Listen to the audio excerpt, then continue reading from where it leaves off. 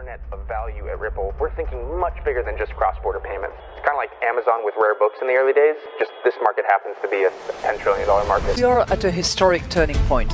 Said in the past that you are doing for money what email did for communication. Moving the whole revolution forward. Take on it. There's trillions of dollars parked around the world. XRP. Is there a possibility that Ripple could take over Swift one day? Well, welcome back, ladies and gentlemen, to another episode of 24 Hours of Crypto. Let's get right into today's episode. Do you guys remember Mitchnick, the individual that put together the fundamental valuation framework for crypto assets with Susan Atley back in 2018? Well, he appeared on a podcast, Under the Radar podcast, and shout out to Crypto Eerie for publishing this little segment. In a moment, I'm going to play that to you, and I want your thoughts in the comments down below. It's very interesting. Some of the statements he makes, what does he know? And I'm going to get into why he left Ripple. I'm going to share my thoughts. But first, congratulations to the individuals that took advantage of the Whale Watch report where gems were given out. And this was one of the coins, and this was the Spain coin. And at the time, this was given out on May 15th. And it was $8. And you have people commenting, saying nothing says I need to milk my subscribers for all they got more than making a whole video saying nothing and begging us to pay $8 for the name of a single meme coin. Well, see, this right here is the mentality of a peasant, okay? And the fact that why even make a statement like this? Because again, a mentality of a peasant. $8, which it wasn't just for one meme coin for this package. And for that package, everybody is still up, which is ridiculous. If you were to put even $8 into the Spain coin, you would have made $100. So $8 on, an opportunity. And $8, again, if you're buying this, $8 investing, you guys, all the best, but this just took off. And my target was $800,000 were the initial targets. And it reached 1.2 million actually as of this morning. And it hasn't even been a full 2 weeks yet. And you guys already know, you guys read what I said in the Whale Watch report. We got some time. We're early. Let's see how it happens. And always take profits, folks. Take the profits, just get out of there. These are quick plays, very high risk. But listen to what Mitchnick said here. When did you first spot the opportunity and go, okay, we got Bitcoin and we got BlackRock. How do I bring those two things together? Well, I joined actually in the summer of 2018. So coming up on 6 years now. And I had been at business school. I totally fluked into this internship at a company I hadn't heard of and nobody had heard of at the time called Ripple. And that was 2017. And, I interviewed for that internship in April of 17. XRP was at 2 cents, their crypto token. When I started 8 weeks later in June, it was at 28 cents. And 3 months after I left in January to go back to finish my MBA, it was at $3. And so that explosive journey, obviously incredible, fortuitous, fun timing. And I knew at that point I had to do something in this space. The opportunity was just too great and too exciting. And it was apparent to me that BlackRock had a lot of potential to be a transformative force in this space. And so August 2018, I started as full-time employee number one in the digital assets realm. And it's been a fun couple of years. Capital One question. What's in your crypto wallet? Oh boy, there's obviously some Bitcoin there. Is it IBIT or Bitcoin? It's both. Okay. It's both. Yeah. There's some ETH there, and what's in beyond that, I'm not going to say. I'm not trying to create any market moving events here. Probably for the best not to answer the rest of that question. By the way, the XRP people are the craziest. Can we agree on that? Yes. No comment. When they put that forged XRP thing out, and I called you guys, and they said, this is not true. I said, it's not true. The price went down to normal again. And for a week, they just dragged me. They were like, this suit doesn't know anything. It was longer than a week. Yeah, they refused to accept that it was fake. There are some pretty intense elements to a lot of these token fan bases. It's not just XRP. That is incredible. So he came to Ripple in 2017 and he put together this valuation framework with Susan Atley. Why did he join BlackRock in 2018? Well, this is when they first started their digital asset department, and he was the first one, head of digital assets at BlackRock. He was the first individual. So, I mean, if you did an internship at Ripple and had the opportunity to go to BlackRock and be the head of digital assets at BlackRock, come on. That is a no-brainer. And it was very professional on his side to, just say Bitcoin and Ethereum, because the top two, no one's going to go FOMO into buying a bunch of Bitcoins and Ethereums. Is it IBIT or Bitcoin? It's both. Okay. It's both. Yeah. There's some ETH there, and what's in beyond that, I'm not going to say. So I'm not trying to create any market moving events here.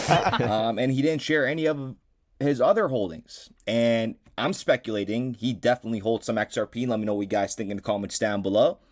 And look, they were trying to get something out of him in regards to the XRP people are crazy, And he says no comment. By the way, the XRP people are the craziest. Can we agree on that? Yes. So no comment. When they put that forged XRP thing. Legit, no comment. Because every community has their own intense fan base. It's not just XRP. Boom. Robbie Mitchnick just shuts him down. Like, everybody loves going after the XRP army and the community. But little do they know, we're going to be laughing. We're going to be laughing very soon for a very long time. I mean, there are some pretty intense elements to a lot of these token fan bases. It's not just XRP. With that being said, going back into this framework, it's very important. This can't go under the rug. Okay, we got to keep this up here. Susan Atley is a very, very intelligent woman. She's been working at Ripple for almost 11 years now. For what? Why? The CEO dumps XRP all the time. The company's going nowhere. It's got no utility. It hasn't even been over $1 for a very long time. Huh. Right.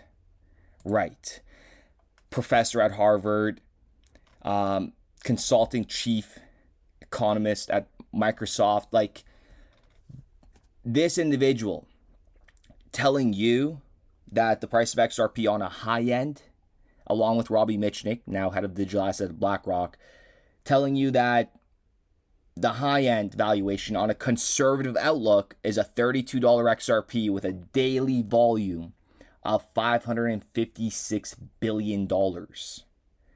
This is a joke. This is an absolute joke, because these numbers are going to be a lot higher.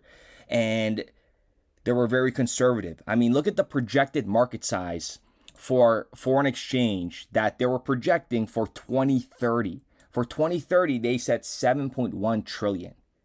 But in 2022, the turnover in global foreign exchange markets reached $7.5 trillion per day. So they are way off, as, I mean, these numbers are going to get a lot bigger. So the moral where I'm getting to is a $10 XRP is going to happen. 20, 30, 40, 100 is going to happen 100%. I'm behind a $100 XRP 100%, logically speaking, on a most conservative outlook. I myself, coming back, from private banking and regulated industry, I got to stay conservative, and I got to, because, math makes sense. We've done the math on the channel, and it only needs about 170 billion, 190 billion in daily volume for XRP for it to reach $10. And then the sky's the limit, ladies and gentlemen, as the network grows. And Jas Takhar, he is currently working at Ripple. Look at this, Ripple House. He is the VP of engineering, previously at Salesforce. Guess what? He was also at BlackRock for 7 years and 3 months. And he was the director of software engineering. And why is Jas now coming on to Ripple and he is the VP of engineering? People are going to be hit with a storm. And Robbie and Susan were so right in regards to Bitcoin's high-end valuation. They said the lowest Bitcoin will reach by 2030 is 45,000 and the highest is 93,000. And again, they were a little bit more passive, non-conservative with this one, and we're almost here. But all I'm trying to say is know what you hold. The individuals here within Ripple, the community, we are all intelligent individuals. And we all have an opportunity to create wealth. And the individuals that make, comments like this, the peasant-minded, narrow-minded, thinking everybody's out here to scam them. Little do they know that, we're all in good hands here. I don't want any of us to be losing money. Think about it. If XRP goes to zero, I'm losing everything. We're all losing everything. We have all done our due diligence. Patience is going to be rewarded. And listen, say whatever you want to say right now, but at the end of the day, the 50, 30, 100, it's happening, like it or not. You are the delusional one if you think those numbers are not going to be met. And that is a fact. 100 trillion%. I know that makes no sense. There's no trillion%.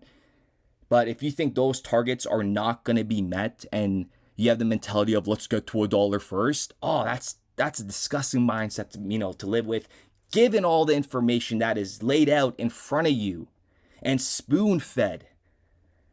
And you still want to look away and pretend like nothing's happening, right? Jazz, head of engineering at BlackRock, coming over to Ripple, no big deal. It's nothing. It's a scam company. Susan Atley, one of the most intelligent individuals, Harvard professor, Stanford professor. You're gonna tell her, right? Yeah, go for it. Go for it.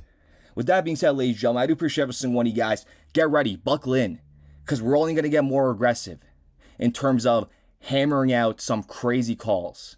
You guys have no idea what's about to happen with this channel. I'm very excited for every single one of us. We're all gonna do our best, and folks, this is it. Buckle in. Wait until the elections come.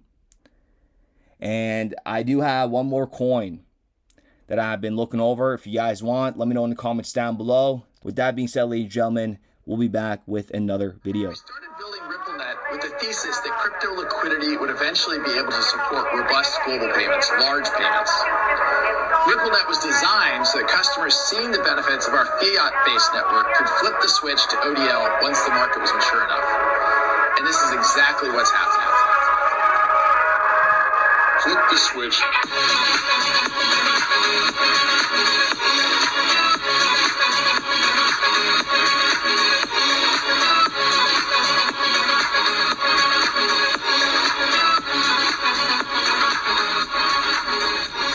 I think what we're building has, it's solving a real problem. And I think all of the tokens, my advice to anybody would be, understand the utility. If there's real utility and there's real value being delivered to a real customer, there will be value in the token.